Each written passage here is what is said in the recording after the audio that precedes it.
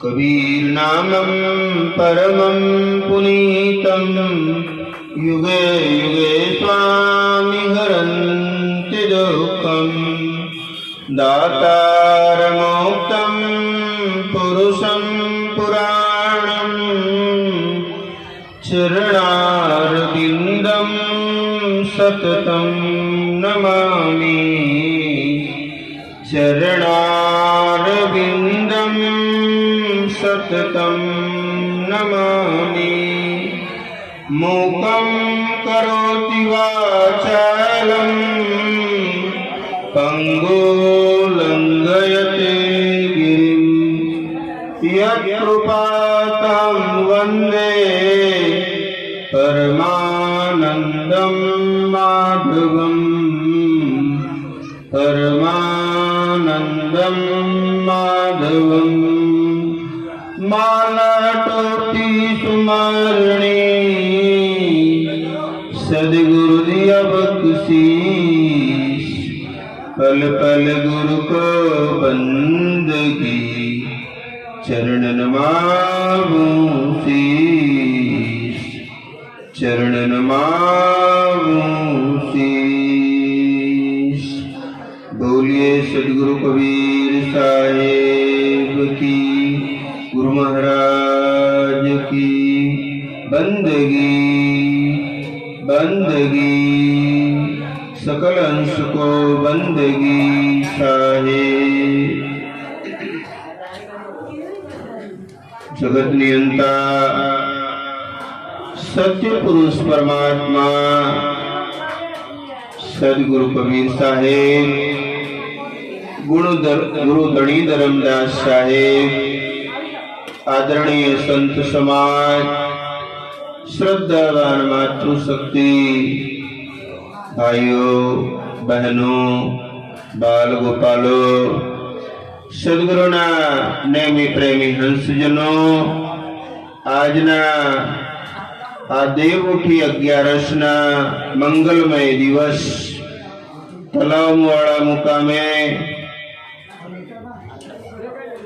भगवान सर्वेश्वर दयाल सत्य पुरुष परमात्मा कबीर साहेब अने भगवान राधा कृष्णना आ पवित्र पटांगण में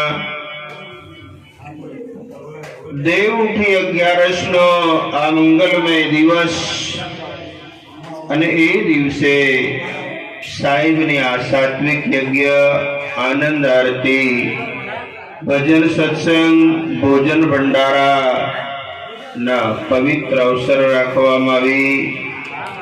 सद्गुरु भगवंतनी अनन्य कृपा जे जीव उपर थाय छे त्यारे साहेबना आ सात्विक यज्ञना दर्शन, संत गुरुजनोना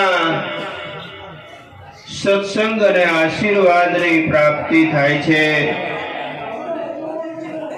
दुर्बंधु ईश्वरनी कृपा जे जीव उपर थाय छे ए जीव सेजे सेजे आ संसार सागर मांथी पार उतरी जाय छे। साहिब के मुकम करोति वाचालम पंगु लंघयते गिरिम यत्कृपा तहम वंदे परमानंदम माधवम। जो ईश्वरनी कृपा, परमात्मानी कृपा जीव उपर थाय तो साहेब के मूंगो माणस बोलतो थई जाय। जे माणस लंगड़ो होय, घर में चाली न सकतो होय, ए डूंगरा उतरी जाए। केम के ए जीव पर ईश्वरनी कृपानी प्राप्ति थई, परमात्मानी कृपानी प्राप्ति थई। मुकम करोति वाचालम पंगु लंघयते गिरिम। ए लंगड़ो माणस ए गिरि पर्वत ने पार उतरी जाए छे।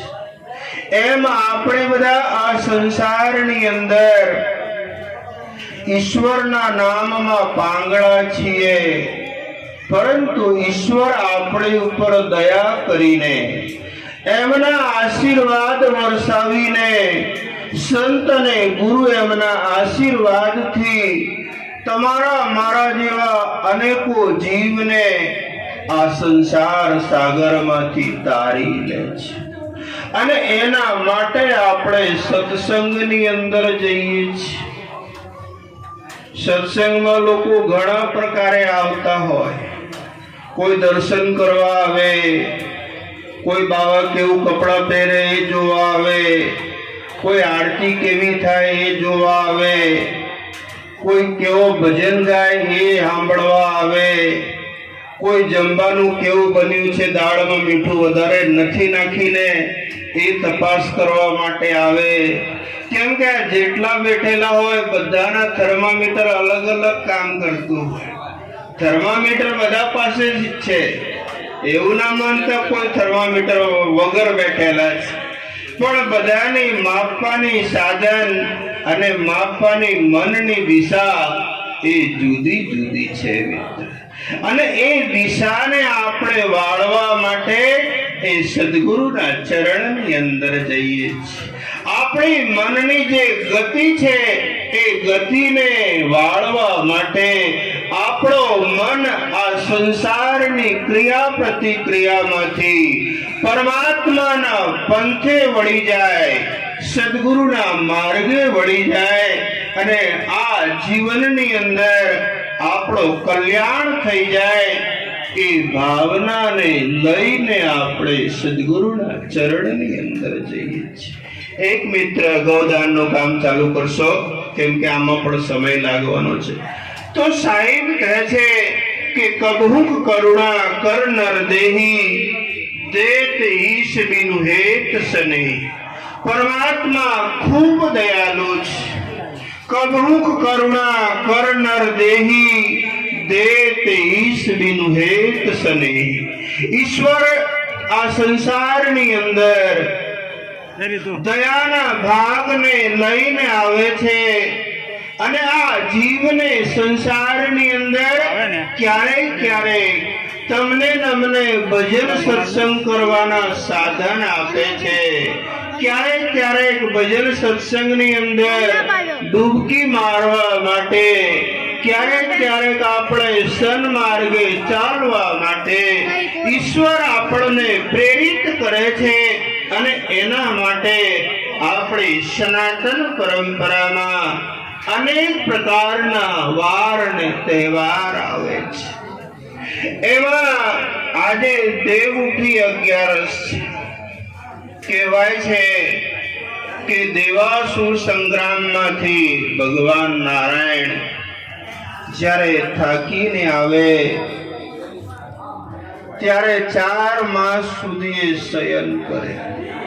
દેવ પૌળી 11 થી લઈને દેવ ઉઠી 11 એટલે ભગવાન આજે જાગવાના અને જાગે એટલે તરત બીજા ત્રીજા દાડે દેવ દિવાળી આવે. બરાબર ને? આપણા બધાની દિવાળી જતી રહી, પણ દેવોની દિવાળી, જેના ઘરની અંદર દયા હોય, જેના ઘરની અંદર ક્ષમા હોય, જેના ઘરની અંદર શીલ હોય, જેના ઘરની અંદર સત્યના સાધન હોય, એ દિવાળી હવે આવવાની. આપણી બધાની દિવાળી ગઈ, પણ હવે દેવોની દિવાળી હવે આવવાની. જેનાથી આપણા મન પ્રફુલ્લિત બને, જેનાથી આપણા અંદરમાં પરમાત્માના નામની ઉર્જા જાગૃત થાય, એના માટે આપણે હમણાં ભજનની અંદર ગાતા હતા ને, દયાની દિવાળી ગુરુના દેશમાં. જે પરમાત્માના દેશ છે ત્યાં તો કાયમના માટે દયાની જ દિવાળી છે. અને તમારા મારા જીવનની અંદર કાયમના માટે સંસારની હોળી છે. આ હોળીમાંથી આપણે દયાની દિવાળી તરફ જઈએ, એના માટે આપણે આ સંતોના સંગમાં જઈએ છીએ. સાહેબ શું કહે? સંત મિલન કો જાઈએ તજ મમતાય અભિમાન, જો જો પગ આગે ધરે કોટી યજ્ઞ સમાન. તમે ખાલી સંતને ગુરુજનને મળવા માટે જાઓ તો પણ તમારા મનની અંદર જો પવિત્ર ભાવ હોય, જો તમે એ સારા સંકલ્પ સાથે એ તરફ યાત્રા માંડો છો, તો સાહેબ કે તમે જેટલા ડગ માંડો છો ને, એક એક યજ્ઞ કરો છો, પરંતુ એ ડગની અંદર તમારા પગલે પગલાની અંદર પરમાત્માના નામ સમાયેલું હોય. જો નામ સમાયેલું ના હોય, આપણે ફલાણા સગા છે અને એમને આમંત્રણ દીધું છે ને જવું જ પડશે, ના જઈશું તો ફલાણો મને એમ કહેશે. એ સગાના ભાવે આવ્યા હોય તો પછી કોટી યજ્ઞ થાય નહીં. કેમ કે આપણે આપણો ભાવ બદલાઈ ગયો, આપણી વિચાર બદલાઈ ગઈ, આપણી દ્રષ્ટિ બદલાઈ ગઈ. જ્યાં જેવી તમે દ્રષ્ટિ કરો, ઈશ્વર તેવી સૃષ્ટિ તમારી આગળ ઊભા કરે છે. જેમ કહેવાય છે કે એક વખત નારદ મહામુનિને સંસારમાં મોહ થયો, અને મોહ થયો એટલે એ ભગવાન નારાયણને મળીને મૃત્યુ લોકની અંદર આવે છે. અને મૃત્યુ લોકમાં રસ્તામાં આવતા આવતા એક જગ્યા ઓચિંતાને એક રાજ્યનો નિર્માણ કરે છે. ઈશ્વરની આ બધી કળા છે એટલે રાજ્યનો નિર્માણ કરે છે. રાજા ખૂબ જ ધર્માત્મા છે, રાણી ખૂબ જ ધર્માત્મા છે. એના ઘરે એક ને એક રૂપવતી કન્યા છે, અને કન્યા યુવાવસ્થા ઉપર થયેલી છે. એટલે મહાત્મા ઘરે આવ્યા એટલે મને દર્શન કરાવે છે અને કહે છે, બાપજી, આ કન્યાનો સુંદર વિવાહ થાય એના માટે કોઈ સારી જગ્યા હોય. કેમ કે તમે દેવ ઋષિ કહેવાઓ, તમે દેવલોકમાં જાઓ, મૃત્યુ લોકમાં જાઓ, પાતાળ લોકમાં જાઓ, તમે તો બધી લોકમાં ફરો છો. માટે આ કન્યા માટે કોઈ સુંદર વર હોય, કોઈ સુંદર ઘર હોય, એવા ઘરની તમે તલાશ કરજો. ઈશ્વરનો કરો. અને એ કન્યામાં ઋષિને મોહ થાય છે. એટલે નારદ મહામુનિ ત્યાંથી પાછા વળે છે અને નારાયણને કહે છે, નારાયણ, એક વખત તમારું જે રૂપ છે એ મને ઉછીનું આપો. હવે કોઈનું કોઈ રૂપ ઉછીનું મળે? આ કઈ રૂપિયા પૈસા છે? આ કઈ કપડા ચંપલ બૂટ છે કે આપણે તમે મારા વતીને તમે પહેરીને જતા રહો? એટલે નારાયણ પાસે રૂપ ઉછીનું માંગે છે. ઈશ્વર દયાળુ છે, એ તો બધાના ભ્રમને ભંજન કરવાનું હોય. એટલે નારદ મહામુનિને નારાયણ કહે છે, તથાસ્તુ, તમને રૂપ આપી. પણ રૂપ તો આપે, પણ કેવા રૂપ આપે એ આગળ આપણે સાંભળીશું. સમય એનો સુંદર થયો. કન્યાના સ્વયંવરનો સમય નજીક આવતા થયા. ભાઈ કોઈ જરૂર નહીં. કન્યાનો સ્વયંવરનો સમય નજીક આવતા થયા. નારદ મહામુનિને મનની અંદર અભિમાન થાય છે કે મને તો નારાયણનું સુંદર મોહિની રૂપ છે અને આ કન્યા મને જ વરવાની છે. મારા સિવાય આ સંસારની અંદર કોઈ સુંદર પુરુષ નથી. મારા સિવાય આ સંસારની અંદર કોઈ એવો માણસ નથી. અને એવા એને સુંદર મજાના મોહ થાય છે. અને એના રૂપના ભ્રમને લઈને અને કન્યાના સ્વયંવરમાં આવે છે.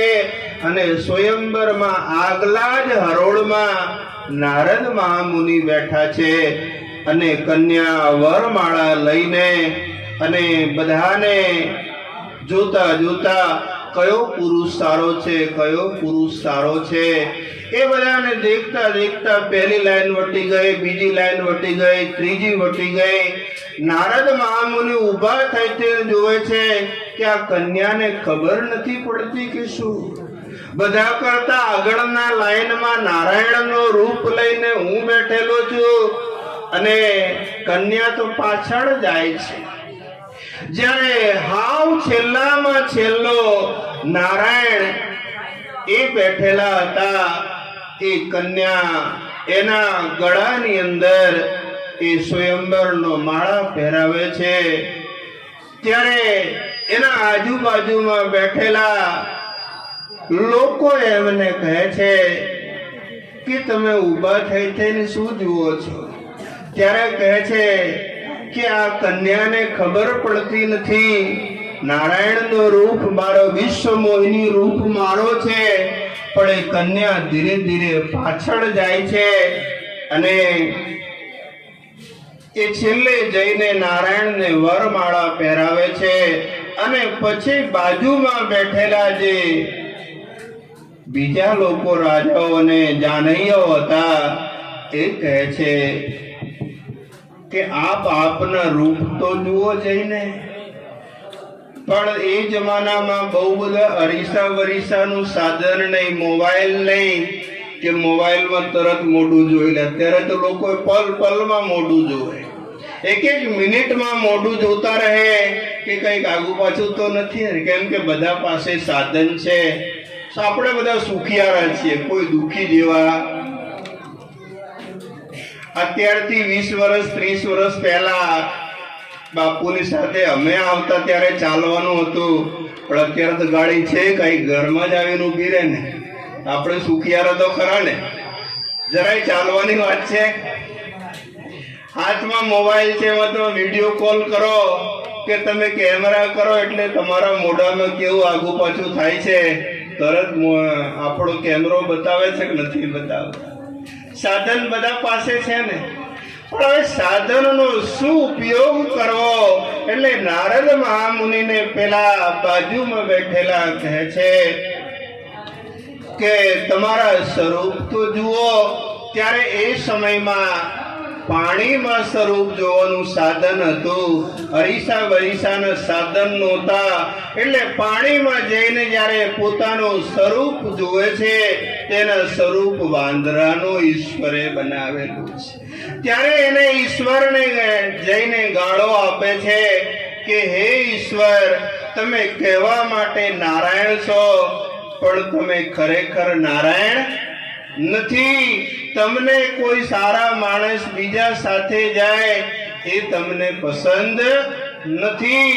ત્યારે નારાયણ કહે છે, નારદ, આ દુનિયાની અંદર અનેક પ્રકારના કામ વૃત્તિની અંદર, લોભ વૃત્તિની અંદર, મોહ વૃત્તિની અંદર આ દુનિયા ઈર્ષા અને દ્વેષમાં ફસાઈ જાય, પણ સાધુને પોતાના રૂપ પર ક્યારેય પણ અહંકાર ન હોવો જોઈએ. તો સાહેબ શું કહે કે અભિમાની કુંજર ભયો, નિજ સિર લીન્હા ભાર, और ताको जमड़ा कुटत है, જેમ લોઢું ગળે લુહાર. લુહાર લોઢાને ગળવા માટે એને બરાબર નિભાળામાં તપાવો પડે, પેલા ભઠ્ઠીમાં એક જણા દોરી આગી પાછી કર્યા કરે, એમાં દેવતા પ્રગટ થયા કરે ને બરાબર લોખંડ જ્યારે તપી ગયેલા હોય, તપી ગયેલા લોખંડ ઉપર જો કુહાડી બરાબર મારવામાં આવે, એને જે આકાર જેવું હોય એ આકાર આપી શકાય છે. અને જો કાચામાં જો કુહાડી મારવા જાય તો મેળ ખાય? કાચામાં મેળ આવતો નથી. માટે સાહેબ કહે અભિમાની કુંજર ભયો, નિજ સિર લીન્હા ભાર. આપણે બધા શું વિચારીએ, આ તો હું કરું છું, મારા કરવાથી આ થાય, જો હું ના રહું તો આ તો થાય જ નહીં. એમ આ તો બધું જ ઊંધું પડી જાય એવું આપણી ગણતરી હોય છે. પણ મિત્ર, આપણાથી કાંઈ બી થતું, એક પાંદડું પણ આપણાથી હલતું નથી. પછી આપણા કીધે જો થતું હોય તો કોઈ જગતમાં કઈ બાકી રાખીએ ખરા? પાડોશી કોઈ લાભ લેવા દઈએ ખરા? આખી દુનિયાની સરકાર આપણા ઘરમાં આવી જાય કે ના આવી જાય? કોઈ પાડોશી વારો આવે ખરો? સહેજે વારો ના આવે. એ બધી જ વસ્તુ આપણા ઘરમાં જ આવે. પણ ઈશ્વર ખૂબ દયાળુ છે, એ ક્યારેય પણ એવું થવા દેતા નથી. અભિમાની કુંજર ભયો નિજ શિર લીનહા ભાર, એ પોતાના શિર ઉપર ભાર લઈને ફરે છે. સાહેબ શું કહે કે ધની ધર્મદાસ કબીર બલ ગાજે, ગુરુ પ્રતાપ સે આરતી સાય. હે ધર્મદાસજી, આ તમારી મહાનતા તો છે કે તમે તમારા ઘરની અંદર ગુરુને, સંતને, અભ્યાગતને, તમારા સગા સ્નેહીને એના દર્શન કરાવો છો. પણ દર્શન કરાવવા માટે જો તમારા ઘરે ગુરુ જ ના આવે તો તમે દર્શન શેના કરાવશો? ધની ધર્મદાસ કબીર બલ ગાજે, ગુરુ પ્રતાપ સે આરતી સાજે. જેને અંદર સદગુરુનો પ્રતાપ હોય, સદગુરુના આશીર્વાદ હોય, અને એ આશીર્વાદથી જે કામ થાય એ કામની અંદર સદાયના માટે મંગલ ને મંગલ હોય, અને એની અંદર કોઈ વસ્તુને આપણા જીવનની અંદર જોવા પડતા નથી. અને જ્યારે હું કરું છું, હું કરું છું, હું કરું છું, બધા પોતે પોતાના માથે લઈને ફરે છે, એ કાર્યની અંદર ક્યારેય પણ સફળતા તમને નમને મળતું નથી મિત્ર. માટે હંમેશા આ તો ઈશ્વરના કૃપાથી પરમાત્માએ આપણા જોડે જે સદકાર્ય કરાવે, જે પુણ્યના કામ કરાવે, એ પુણ્યના કામ કરીને આપણે ક્યારેય પણ પોતાના માથે એનો અહમનો પોટલો ક્યારે પોતાના માથે મેં કરી છે એવો ભાર મનુષ્યને ના રાખવા. અને એ ભાર જો રાખે તો સમજવાનું એની અંદર હજી એક કચાશ છે. જેમ ઝાડ ઉપર એ પાકા ફળ હોય, અને પાકા ફળની અંદર જે મીઠાશ હોય, એ કાચાને આપણે તોડીએ એમાં મીઠાશ થઈ શકતી. આપણે ગમે એટલા એને ઇન્જેક્શન મારીએ, ગમે એટલા એની અંદર સારી માવજત કરીએ, પણ ઝાડે ફળને પકવી નથી. એટલે એમાં આપણે ગમે 1000 પ્રયત્ન કરવા છતાં પણ એમાં આપણે મીઠાશ ભરી શકતા નથી. એમ ઈશ્વર જેને પકવે છે, જે નિવાડામાં ઈશ્વર જાતે ઊભા રહીને તમને નમને એ સારા સદ સંસ્કારના ઘરની અંદર લાવે છે, એમાંથી જે માણસ પાકે છે એ તો પરમાત્મા સમાન બની જાય છે મિત્ર. માટે આજના આ પવિત્ર મંગલમય દિવસ છે દેવ ઉઠી 11. આજે બધા દેવતા ઉઠીને અને કામકાજે લાગી જવાના. બધાને કામકાજ તો કરવું પડે ને. બધાના ભાગમાં જે જે વેચેલું હોય ખાતા પ્રમાણે બધા વેચણીમાં કામ તો કરવું પડે ને. અને બધાનું ખાતું અલગ અલગ છે. કોઈની પાસે ગૃહ ખાતું છે, કોઈની પાસે કેબિનેટ ખાતું છે. કેમ કે બધા ખાતાના કામ કરવાના. બહેનો હોય એની પાસે ગૃહ ખાતું હોપેલું છે, ઈશ્વરે હોપેલું છે. કઈ આપણો હોપેલા મેળ ખાય એવું નથી. માણસ હોય એ ઘરના મુખ્યમંત્રી સમાન છે, પણ જે માને એના માટે છે. પણ જે માને જ નહીં, આપણે એમને ગમે એટલા સમજાવીએ. સાઈન કહે છે કે બાહા હૈ બહિજાત હૈ, કર ગહે ચૌર, और जो कहा न माने दे धक्का दो और. સાહેબ કે એક માણસ પાણીમાં તણાતો જાય, એને પકડવા માટે આપણે 4 વખત 6 વખત પ્રયત્ન કરીએ, પણ એ માણસને વધારે ને વધારે અંદર ડૂબવા જ હોય, અને આપણને પણ ડૂબાડવાની તૈયારી કરતો હોય, તો પછી શું કરવું પડે? 2 ધક્કા વધારે મારવા પડે. જાઓ તમારે વધારે પાણીમાં તરો. તમને બહુ બધા શોખ છે, તમે વધારે તરો. માટે ઈશ્વર આપણને આ સંસારમાંથી ઉગારવા માટે તમને અમને સત્યના સાધન આપે, શીલના સાધન આપે, સંતોષના સાધન આપે. માટે રામાયણની અંદર 8મી પ્રકારની ભક્તિમાં શબરી માતાને ભગવાન રામે સમજાયું, અષ્ટમ જથા લાભ સંતોષા, સપને ઉને દેખાય પરદોષ। હે શબરીમાં, તમે તમારા જીવનની અંદર પરમાત્માની કૃપાથી જે મળી જાય એની અંદર પૂર્ણ સંતોષ માનજો। ક્યારે કોઈના જીવની અંદર, કોઈ માણસની અંદર એ દોષ તમે દેખશો નહીં, અને જો તમે દોષ દેખવા જશો તો તમારા સમાના સંસારની અંદર કોઈ દોષી નથી। સાહેબ કહે છે ને, બુરા જો દેખન મેં ચલા, बुरा न मिलिया कोई, जो दिल ढूंढा आपना, मुझसे बुरा न कोई। આપણે સંસારમાં લોકો પાસે દેખવા જઈએ કે ફલાણો માણસ આમ છે, ફલાણો માણસ આમ છે, પણ આપણે કેવા છીએ એ મનુષ્ય ક્યારે પોતાની તપાસ કરતો નથી। જો પોતાની તપાસ કરવા લાગે તો એમને ખબર પડે કે આ સંસારમાં મારા કરતા બધા જ સારા છે અને હું બધા કરતા ખરાબ છું, પણ હું મારા ચતુરાઈથી, મારા કપટથી, મારા બુદ્ધિથી એવું સમજુ છું કે હું બધા કરતા સારો છું, હું બધા કરતા સારો છું। પણ જો પોતાના અંદર આ ડૂબકી મારે, પોતાના અંદરે ઝાંકીને જુએ તો એને પોતાની અસલિયતની ખબર પડે। મિત્ર, માટે આ મનુષ્ય જન્મ તમને નમને એ પોતાના અંદર ઝાંકવા માટે ઈશ્વરે સુંદર મજાની આ કાયાની નિર્માણ કરીને અને આપણને બધાને સારું કામ કરવા માટે, સીધા કામ કરવા માટે ઈશ્વર મનુષ્યને સીધા બનાવ્યા। પશુ પક્ષીઓ ઢોર ઢાંકણને આળા બનાવ્યા, પણ આળા કોણ ચાલે? માણસ જ ચાલે ને। જેટલા બધા જેલ ખાના બનાવેલા છે, ફોજદારી કેસ થાય, કોના ઉપર થાય? કોઈ ઢોર ઢાંકણ ઉપર થાય છે? એને કાલની કોઈ ચિંતા છે? આજે ધરાઈને કાદું છે તો બરાબર છે ને, પણ આપણને બધાને તો કેટલાય બધી ચિંતા છે। તમને બધાને હોય કે ના, પણ મને તો ઘણી બધી ચિંતા છે। પણ આ બધી તકલીફ ખાલી માણસને જ છે, બીજા કોઈને કોઈ તકલીફ છે?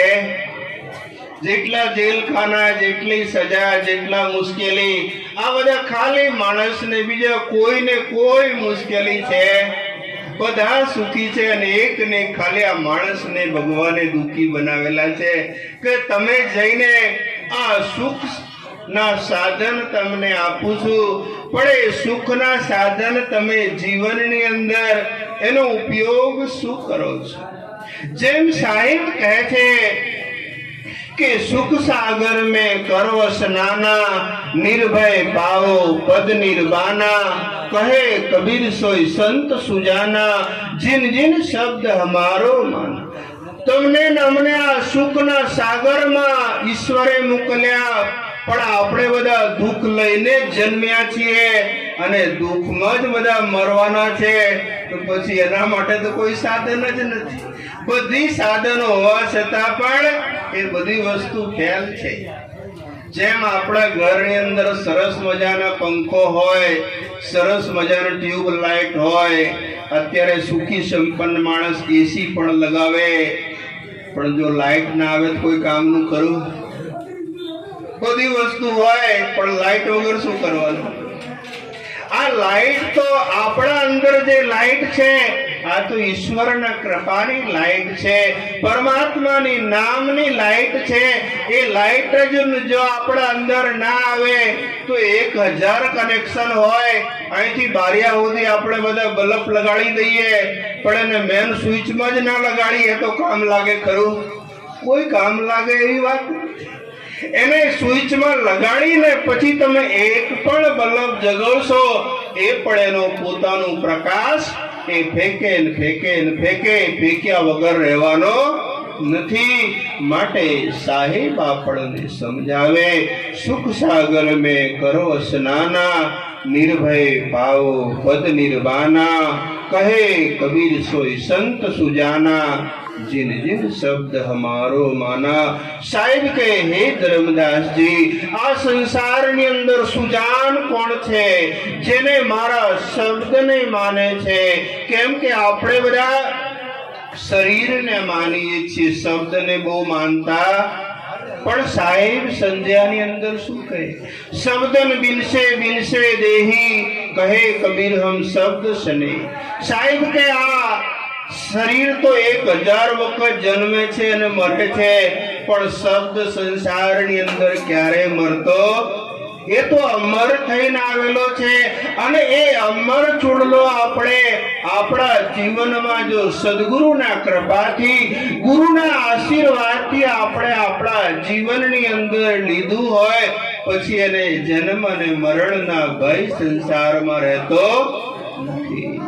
માટે મિત્ર, આ અનમોલ જીવનની અંદર આપણે બધા સદગુરુના નામની ભક્તિ કરીએ। ગરમી પણ થાય છે, આગળ પાછળ લોકો થોડા સારા પણ છે અને થોડા કંટાળ્યા પણ છે। બીજા જાણે બાવા જ્યારે વહેલું વહેલું પૂરું કરે। આ તો બે વાત છે, કેમ કે અમે હમણાં આવ્યા, તમારે સ્વાગતમાં વરસાદ આવી, ત્યારે બધા લોકો ચિંતા કરતા હતા કે જો થોડું વધી જાય તો શું થાય। આ તો ઈશ્વરનો કરવું, કે આપણા કીધે આવે ને જાય એવું નથી। કઈ આપણે ના કહી દઈએ તો ઉભો રહી જાય એવું છે, અને આપણે કહી દઈએ કે હમણાં આવી જાવ તો આવી જાય એવું છે। જો કોઈ માણસ ખોટો વહેમમાં રહેતા હોય કે જો મારા કીધે આવી જાય છે ને જતા રહે છે, એ વાતમાં ભૂલ છે ભાઈ। એમાં કોઈ માલ નથી એવું સમજવાનું, આ તો માલ વગરનો માણસ છે એવું સમજી લેવાનું। એટલે અત્યારે પણ કદાચ ગરમી થાય, જો ઈશ્વરની કૃપા થાય કદાચ આવી જાય તો તમને એવું થાય કે વહેલા પતાવ્યો તો અમે બધા જમીને સુખેથી ઘરે તો પહોંચી જતા।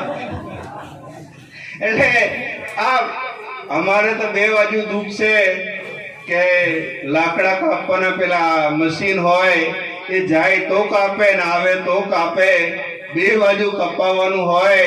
અને સાધુને તો ઘડીએ ઘડીએ કપાવવાનું જ હોય, અને કપાય નહીં તો પછી સાધુ ગળાય નહીં।